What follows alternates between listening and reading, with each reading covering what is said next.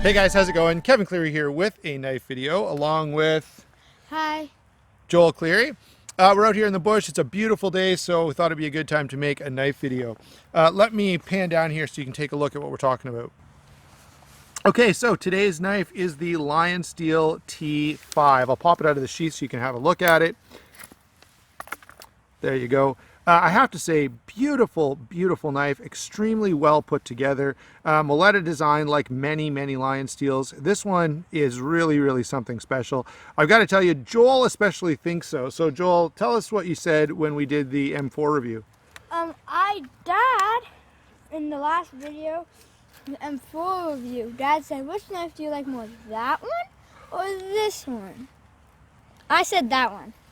Yeah, so Joel Because definitely, yeah, go ahead. This one is a lot smaller than that one if we look right here. Like, if this is the comparison, that's like, this is a lot bigger than this one. So I like the bigger knives because it's not huge, but it's not small. There you go.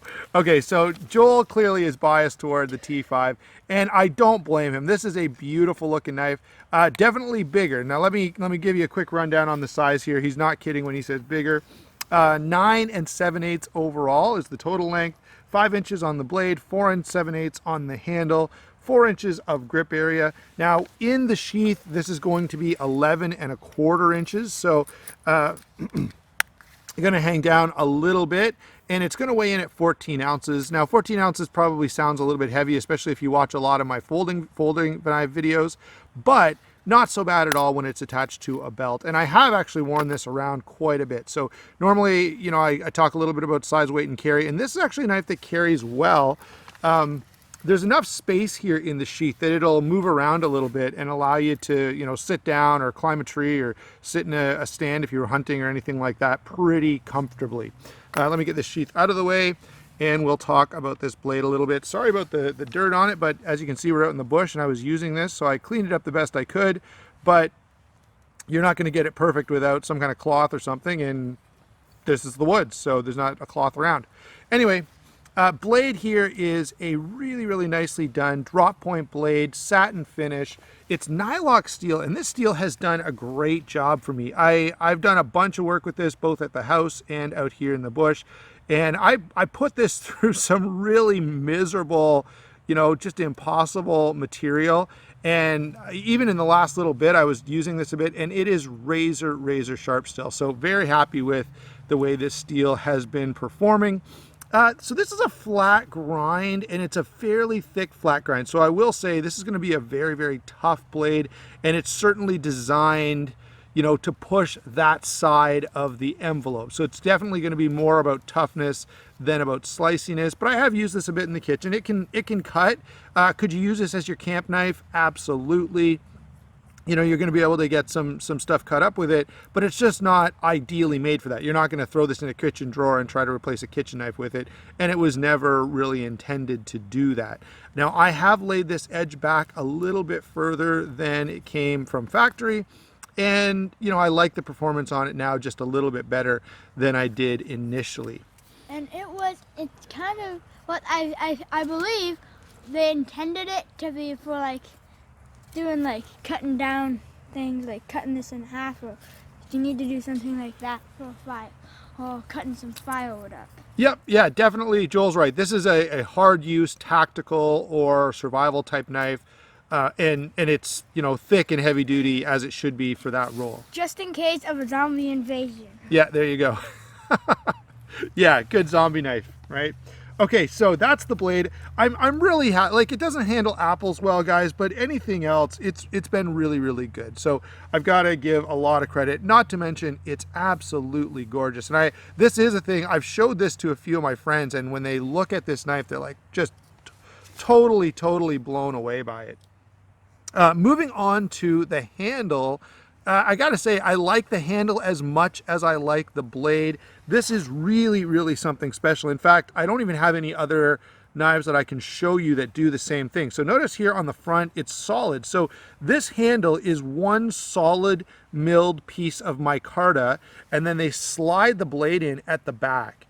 So really, really impressive work. And you know, when you think about the tolerances that they've got to work to achieve that, they've done a great job. Now, in addition to that, it's kind of getting dark here, but I think you can still see there's this really nice ridge pattern here that they've milled into this. So in addition to being beautiful, they've really nailed getting it grippy and comfortable at the same time. So this handle is really, really well done. It's hand filling, it's comfortable, it's grippy, nice big choil here for, you know, those sort of tactical purposes to make sure you're not going to slide up onto the blade. Really well done. Of course, full tang, and you can see they've extended that tang a little bit to use as a tool for some, you know, impact type of stuff. And just in case it was zombie invasion still. And what I was gonna point out is this knife is good for people who like to hold your knives like that, or if you like to hold knives like that. If you're cutting something easy, like for say, I don't know, like a little stick for something, I don't know what, but if you're cutting like a big stick, you could use it like that. Yeah, very good. Hold it by the tip of the blade. Yeah, good catch. So actually, Joel noticed something that I forgot to mention here, and that's got that nice little thumb rest there, which is really something I appreciate. And on a bigger knife like this, it's nice to be able to, you know, get up there with your thumb and gain a little extra control for, you know, making, you know, fire sticks or something like that. Let me just quickly, you know, since we're talking about comfort and ability, you know, I've got just a, you know, this is kind of a dried up stick out here, and you can see the edge here is thin enough that I could, if my log wasn't rolling around a little bit on me, but you can see this is definitely thin enough that you can do some slicey stuff, and you could get a nice little fire stick going here without any difficulty. But in addition, it's heavy duty enough that you can do some work. Yeah.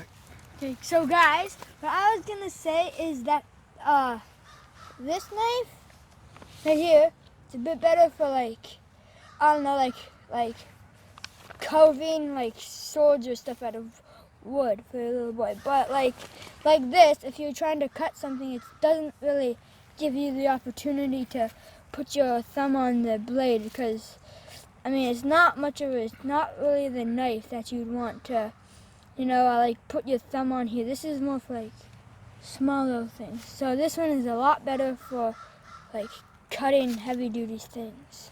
There you go. Good job, bud.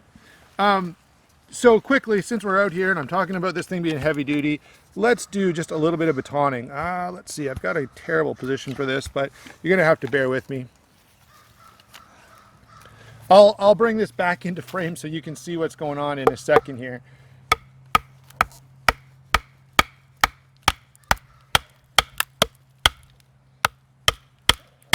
Oh, well, turned out to work better than I anticipated. But you can see the size of this log, fairly substantial, and compared to the blade of the knife, that gives you an idea. So definitely meant for getting some work done in the bush. Okay, let's move on. Now that we've talked about the blade, which I really like, we've talked about the handle, which I also really like. Now let's talk a little bit about the sheath.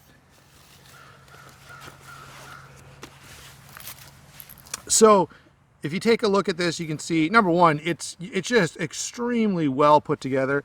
This strap here will come out at the back, and you can see how you could weave this back through so that you could weave this into molly webbing if you've got, you know, a tactical vest or something like that, or on a pack or whatever. So like to see that. The way this is set up, I was mentioning this a second ago, but if you put a belt through here, it gives you enough room that you can move around fairly easily, and the knife kind of gets itself out of the way just naturally. So I've got to say I'm pretty impressed with how comfortable this sheath is, not to mention how well made. Let me pop this back in so you can just see it inside one more time. It does have a strap here that buttons, and we've talked about this before. You do have to be a little bit aware. I mean, to me, it's not a huge deal. Some guys really complain about it, but the snap is a little tough. But yes, when you're pulling this knife out, I'm going to pull this out of the way as I'm extracting it, just to make sure I don't cut that. And same kind of thing going in. I just use my finger to kind of push that out of the way. You know, to me, it's not really a complaint, just sort of the way it's done.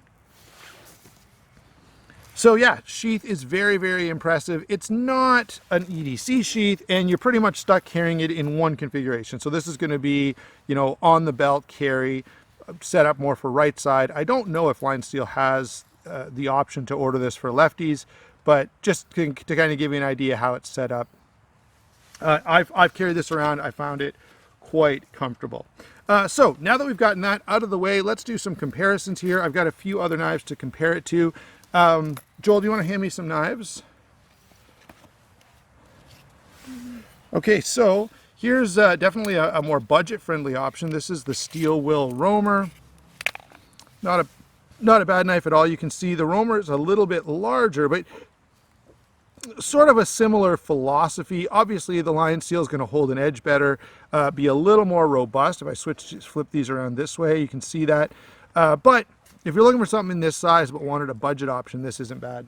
And that's kind of already proven my point, but as you can see, this one, like the one we're reviewing right now, is a lot better for what am I trying to Yeah, say? it's more heavily built. It's thicker Yeah. steel. Yep, good point, bud. Okay, so I'm going to toss that aside. Keep going with the comparisons.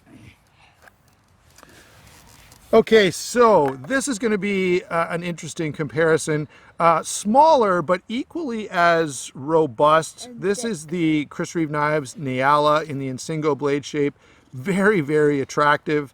You know, micarta handle as well. Similar quality. Both of these are fantastic, almost pieces of artwork, which also work well as cutting tools in various situations. But thought I'd throw those in as a comparison. And multiple times I've told Dad that this pattern on the handle feels a bit like when you feel like a log. They're both rugged, and I really like that. Yep, cool. And they happen to be the same material. They're both micarta. All right, next one you got, bud? Okay, so he handed me the Tops Idaho Hunter. There we go. Similar philosophy of use on this guy, heavy duty, a little more of a belly on this blade being the hunting design. Again, both micarta. Now this one's going to be in a carbon steel rather than the Nylox, so edge retention is going to be not quite as good, but still another great knife. More about out of the knives that I've been sharing with you guys, this one's kind of closest in philosophy of use. The next knife is a knife we've seen before, the Lionsteel M4. Okay, there we go.